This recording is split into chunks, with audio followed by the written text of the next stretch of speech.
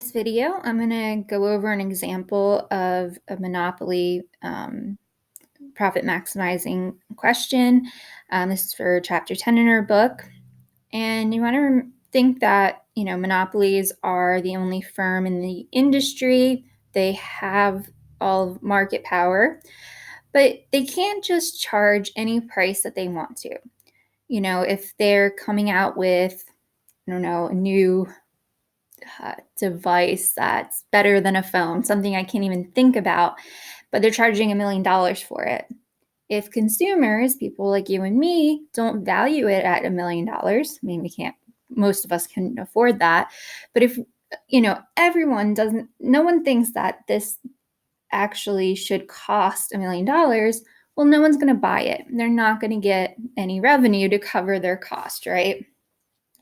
So this example is going to look at uniform pricing. On Wednesday's live session online, I'm going to go over an example where there's price discrimination. Here, there is none, and that just means the monopoly sells the good to anyone at just one price. They don't charge different prices depending on who you are, maybe. And we have an inverse demand function here, P equals 90 minus 2Q. And I want to emphasize that this is the inverse demand, mainly because we need to start here. If you were given a regular demand function, Q equals something, something, something, well, we would need to invert it to get this inverse demand. And you're given a cost function, 100 plus 10Q plus 2Q squared. And these monopolies, they're still trying to maximize profit, and we're still going to use the same rule. We still want to set marginal revenue equal to marginal cost. Although now in monopolies, marginal revenue no longer equals the price. It's actually going to be greater than that. So we need to actually figure out a formula to figure out marginal revenue, since we really haven't seen that in calculation before. Well, marginal revenue, like anything where we say marginal, is about derivative. It's derivative of the total revenue function with respect to Q. Now, total revenue, remember, is price times quantity. So we can take the right-hand side here, 90 minus 2Q, and multiply it by quantity Q. This gives us 90 minus 2, or 90Q, sorry, minus 2Q squared. So then now marginal revenue is this derivative. We hit 90Q is just 90, and minus 2Q squared becomes minus 4Q. And can you see how similar the marginal revenue is to demand? Actually, the only difference is the coefficient in front of Q. So that's always going to be something, or this is something you can just write down without really thinking about it. For any inverse demand curve, to get the marginal revenue, all you have to do is double the number in front of Q. If there's no number, then that's 2. If it's a fraction, double it, anything like that. But you need to start with that inverse demand.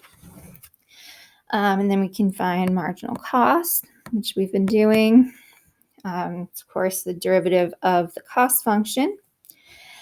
The 100 goes away. We don't need that. And we're left with 10Q, or 10, sorry, from the 10Q. And then 2Q squared becomes 4Q.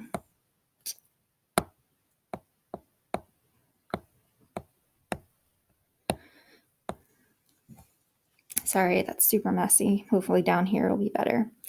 So let's set marginal revenue equal to the marginal cost.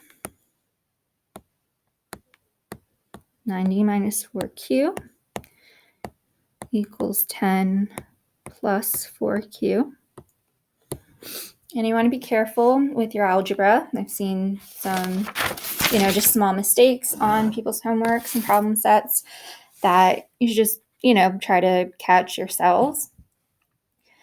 And just rearranging to solve for Q, we'd get 80 equals 8Q, or that Q equals 10.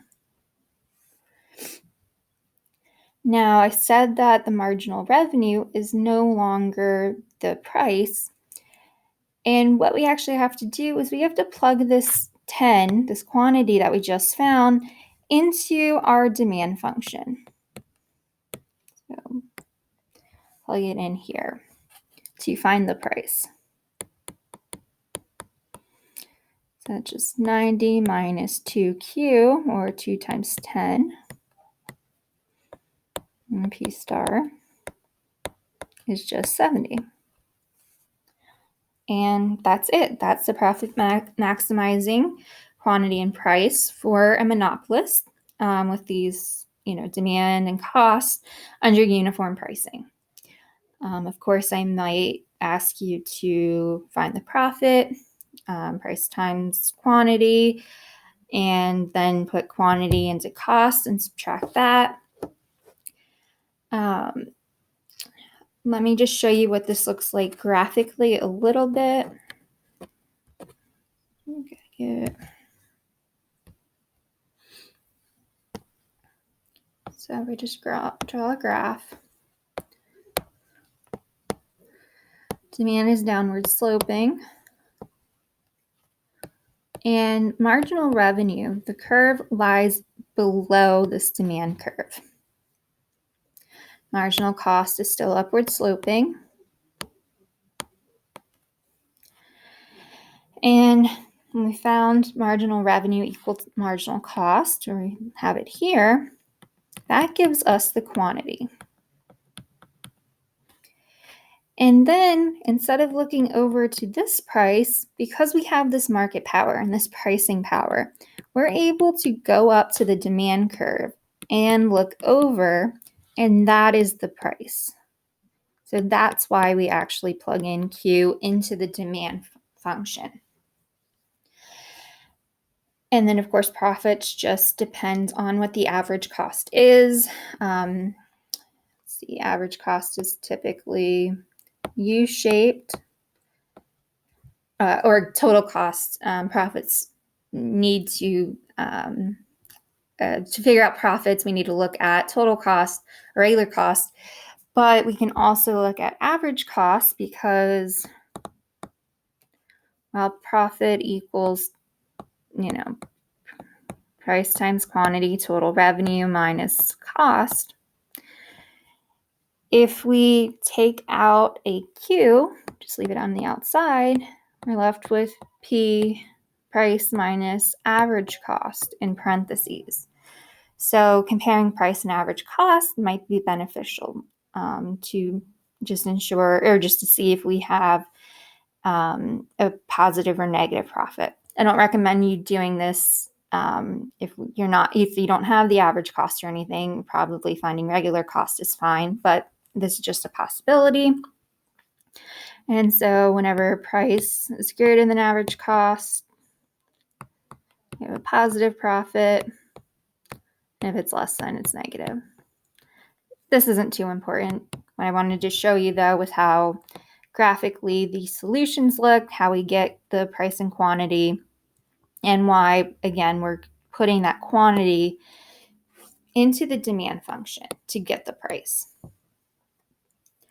All right, this chapter is not too long. The only other deviation from this is the price discrimination, which again we'll go over on Wednesday. But if you start working on anything, you can always email me. All right, have a good one.